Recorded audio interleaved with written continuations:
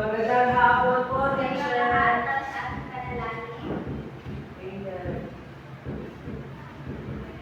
Amen. Mari na kayo umupo. Kayong iban ba sa araw na ito? Wala po, teacher. Mabuti at dahil dyan, bigyan ninyo ng tatlong bagsak ang inyong mga sarili. Bago tayo lumaki sa ating aralin, ay may alintundulin tayo sa ating silid-aralan. Ang una, maging magalang sa lahat. Pangalawa, makinig kapag may nagsasalita, lalo na kung nagsasalita ko dito sa harapan, kayo ay makikinig sa akin. Itaas ang kamay bago magsalita. At ang panghuli ay ang panatiling malinis ang silid-aralan. Naiintindihan niyo ba? Okay po, teacher. Bago tayo magpatuloy sa ating panibagong aralin, kakailanganin ko ng tatlong mag-aaral na pumunta sa harapan at pipili kayo ng mga larawan dito at pagkatapos ay umaakit kayo kagaya ng mga hayop na nabuhat ninyo. Maliwanag ba? Okay po, teacher. 1, 2, 3, go. Mahusay, palakpakan natin sila.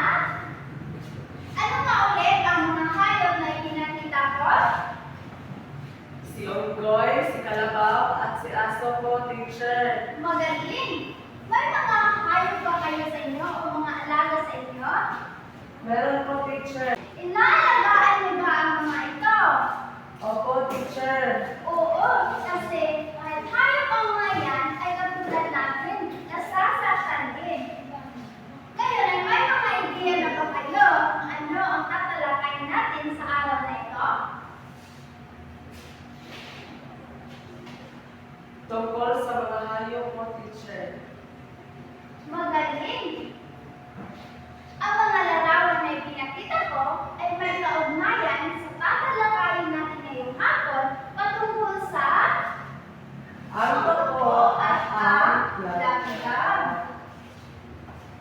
Ngayon ay buksan natin ang ating mga tenga at bubusugin natin ang ating mga kaisipan ng aral. Ngayon ay may babasahin akong pabula patungkol sa ang totoo at ang langgam. Makinig dahil nagagawin tayo pagkatapos ito. Babasahin ko sa ating iPhone 16. Ang tuko at ang langgam.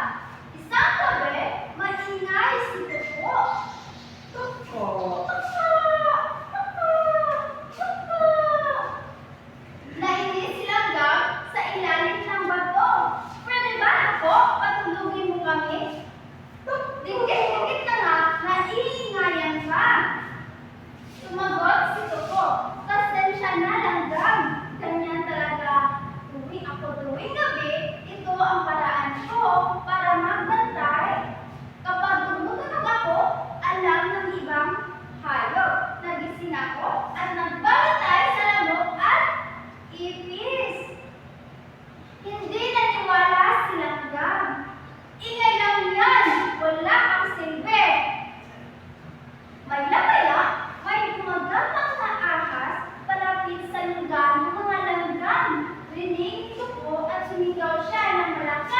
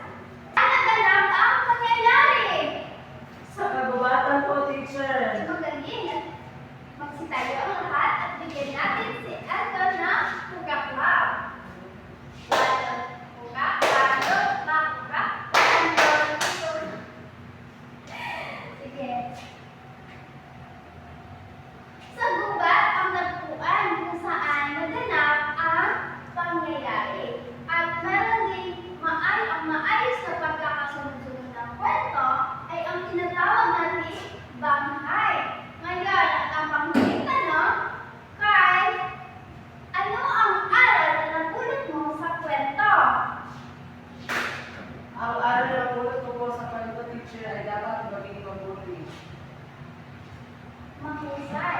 At ang nagdag-aral doon, huwag natin huhusgahan ang ginagawa ng iba kung hindi natin alam. Ang ingay ng isa ay maaaring buhay ng lahat. Naiintindihan niyo ba? Opo, teacher. Ngayon ay may gagawin tayo. Handa na ba kayo? Handa na po, teacher. Ay may ibibigay ako sa inyo.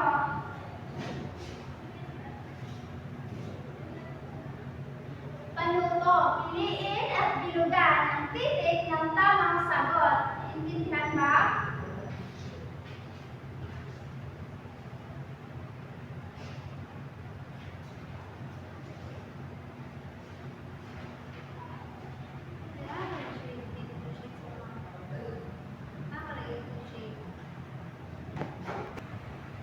Tapos na ba ang lahat? Tapos na po, Ipasa sa teacher. harapan. Ngayon ay may gagawin ulit tayo kung naiisip pa ang kwento na ating binasa kanina. Panuto, puso't buwan, sagot na gagawin. Ilagay ang puso kung tama ang iyong sagot at ilagay ang buwan kung mali. Naiintindihan ba? Opo, teacher. Okay, dali na kayo. Kay Fernandez. Ang sino mo?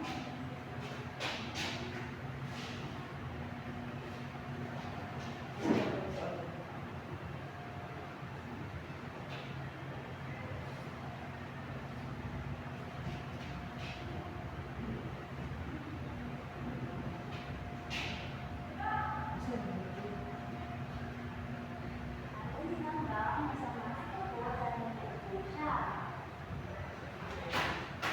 Sino ba?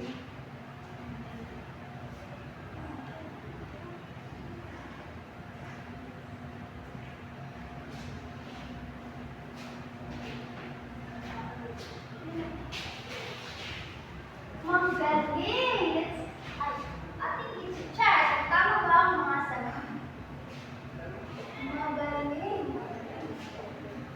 Magaling! Ano ang natutunan natin sa kwento na ating binasa kanina? Ang natutunan ko po sa kwento tungkol kanina ay dapat natin tulungan ang kapwa natin at gawin mo. Maghusay. Sino-sino ang tauhan sa binasa kong kwento kanina? Si Togo at silang po, teacher.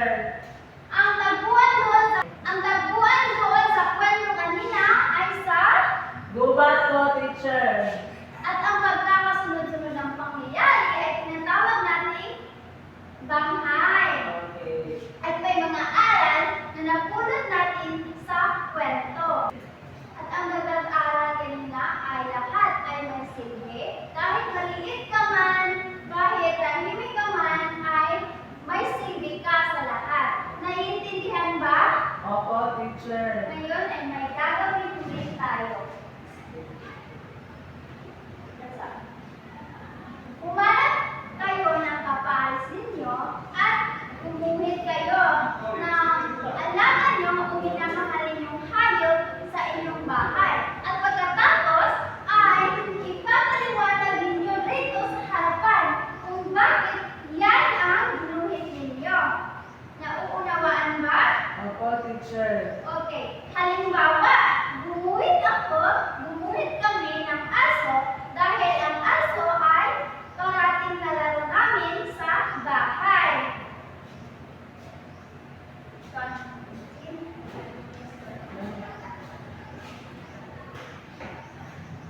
Tapos na ba?